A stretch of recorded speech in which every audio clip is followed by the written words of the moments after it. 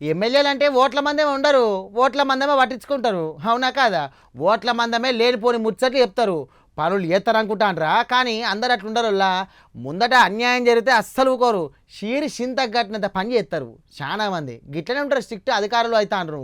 గిట్లా మేడం సుతా గట్లనే అయిపోయినట్టుంది కదా. వాయము దమ్కి దమ్కి ఇచ్చిపోయింది. మరి ఏంది ఏం కథ అంటారా? చూడరు మీరే వాడతా.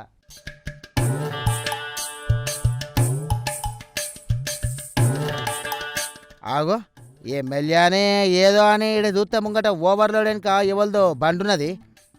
ముచ్చట రాత్రి కావచ్చు అనుకుంటానరా. కానీ గా బండి మీద కూర్చొని ఈడియలు తీస్తానోళ్ళు ఆకతాయిలు కాదు, గుంటూరు ఎమ్మెల్యే గల్లా మాధవి మేడం. అవసరమైతే గల్లా పట్టుకొని అడిగేంత ధైర్యం ఉన్న గల్లా మేడం ఈ మేడం అన్నట్టు. అయితే వీళ్ళు నడియాంగొట్ట రాత్రి అట్లా బండేసుకొని షికారుకు పోయినట్టున్నారు. మరి రాత్రి ఎవరుంటారు అని శానా పనులు గప్పుడే జరుగుతాయి కదా. గందుకే గల షికారులను పట్టేందుకు మేడం షికారు కావచ్చు. మేడం వల్ల పెనిమిదితోటి కూడా ఇక కారు అయితే అందరు గుర్తుపడతారని బండి మీద ఎక్కి వచ్చిందన్నట్టు. మేడం రాంగా ఇగో గీ లారీ ఎక్కువ లోడ్ తోటి ఓవుడు చూసిందన్నట్టు. అంటే వీళ్ళు ఎందుకు ఇంత లోడ్ ఎక్కువ అనుమతి లేకుండా కూడా తీసుకుపోతాండ్రు అని ఇలా మీద వీళ్ళను ఎట్లా చెక్ పోస్టు కాడికించి పంపుతారని చెప్పేసి పంపినోళ్ళ మీద అందరి మీద గరిమంది మేడము. మరి లీడర్లు అంటే కార్లలోనే తిరుగుతారా ఏంది? మేడం వచ్చినట్టు బైక్ మీద సుతా వస్తారు. మరి ప్రజల కష్టాలు చూడాలంటే బైక్ మీద తిరుగుడే కరెక్ట్ అన్నట్టు.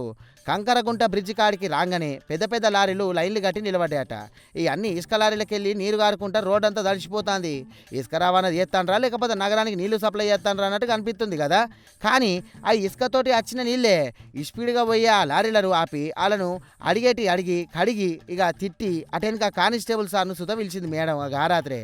వచ్చిన ట్రాఫిక్ కానిస్టేబుల్ను చూసి ఎమ్మెల్యే మేడంకి ఏడలని కోపం వచ్చింది. గంతే ఇంకోసారి అట్లా మంచిగా ఉన్నది దమ్కి ఇచ్చిపోయింది అన్నట్టు. అటు ఓవర్లోడ్ తోటి ఎట్లా అర్థాండ్రో వాళ్ళకు ఎట్లా పర్మిషన్ ఇస్తాండ్రో చెప్పాలని చెప్పేసి కానిస్టేబుల్ కూడా గదరాయించింది ఎమ్మెల్యే మేడము. ఏంది భయ్యా మీ కండ్ల ముందే గింత పెద్ద బండ్లు ఓవర్లోడ్ తో పోతా అంటే మీరేమో గిట్లా ముచ్చట్టు పెట్టి కూడా చూసుకుంటూ కూర్చున్నారా ఏంది?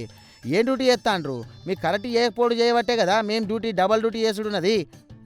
రోడ్లు మంచిగా ఉంటాయా? గిట్లయితే రోడ్లు పాడుగావా అని గదరాయించింది అన్నట్టు. ఇక అడ్డగోళ్ళ లారీల వల్ల గుంటూరులో ఉన్న రోడ్లని కూడా అద్దం లెక్క మెరిచిపోయి అప్పడాల తిరిగా పగిలిపోతున్నాయని చెప్పేసి తిట్టినంత పని చేసింది. నగరంలో రోడ్లు వేసింది జనాలు నడుస్తుందిగా లేక ఈ భారీ లారీలు వచ్చి తొక్కి పాడేస్తుంది కానీ తిట్టబట్టే జనాలు. ఇక ఇటు ఓవర్లోడ్ బండ్ల నరకంతో నగరంలో ఉండేటోళ్లకు రోడ్ల మీద నడవాలంటేనే భయం అవుతుందంట. ఎప్పుడు ఏ బండి వచ్చి కుదురుతుందో అని చెప్పేసి ప్రాణాలు అరిచేతిలో పెట్టుకొని బతుకుతురట. ఇకనన్నా మీ నిద్రమత ఇడిచి ఈ అక్రమ లారీల ఆటపాట బంద్ చేయర్రి. ఇంకొకసారి పరిమితికి మించి లోడుతో ఏ బండి అయినా నగరంలోకి అడుగు పెడితే పెట్టినోళ్ళ లారీలు ఇక పంపినోళ్ళ కొలువులు అన్నీ ఊడతాయని చెప్పింది మేడము. ఇంకేత గట్టిగానే దమ్కిచ్చింది మేడము. సిటీలో తిరుగుతూ ఉంటే రోడ్ల పరిస్థితి ఏంటి? ఇప్పుడు ఆల్రెడీ 6 months నుంచి ఇదే యుద్ధం చేస్తున్నావు. మీరు ఇలాగే ఎలా చేస్తే ఎలాగా? 2 నెలలు ఉంటున్నాయి వేసిన రోడ్లు, తర్వాత గుంటలు చెక్కులు పోతున్నాయి, మామూలుగా వచ్చే వాళ్ళందరూ పడుతున్నారు. అట్లా మీరు ఎలా చేస్తే ఎలా కుదురుతుంది? డబుల్ డ్యూటీ చేయాల్సి వస్తుంది. మీ పని కూడా మేమే చేయాల్సి వస్తుంది. ఎలా చెప్పండి? లిమిట్ ఓకే, దాని టైమింగ్స్ ప్రకారం ఆయన రావచ్చు 9 తర్వాత. కానీ అంత హెవీ లోడ్ వేసుకొని వస్తే ఎట్లాగా? రోడ్ పరిస్థితి ఏంటి? దాని మీద పట్టాపురం బ్రిడ్జ్ మీద నుంచి వెళ్తాడు ఇప్పుడు. ఎందుకంటే ఓవర్లోడ్ మీరు ఎందుకు ఎలా చేస్తున్నారు? దీని మీద మానిటరింగ్ ఉండదా?